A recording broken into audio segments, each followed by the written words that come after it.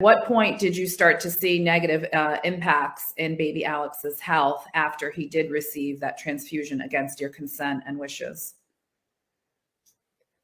I would say within 12 to 18 hours, they no longer could pull blood out through the PICC line. They had a PICC line going in at his left knee.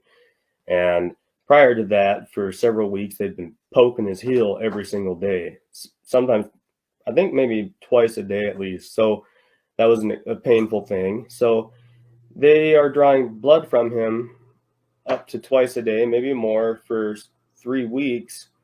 And then they were like, oh, wow, his hemoglobin levels are low. We just have to suddenly give him a little bit of blood here.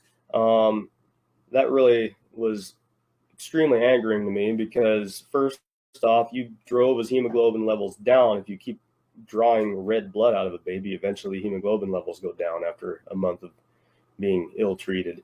But yeah, the PICC line, they could no longer draw blood by the following morning, is what my recollection was. At least that's when I was notified of it, was the next morning, that they couldn't draw blood at the PICC line, and they were going to have to remove it and put it in somewhere else. And they ended up putting it in through his right shoulder.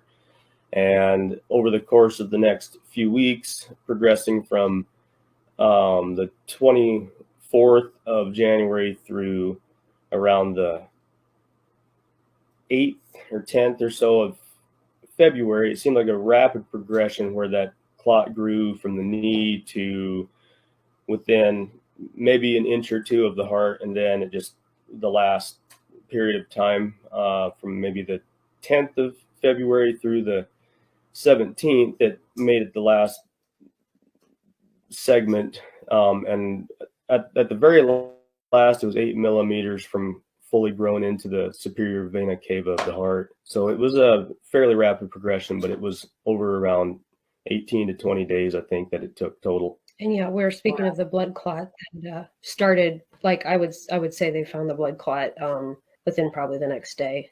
It was an instant developing blood clot.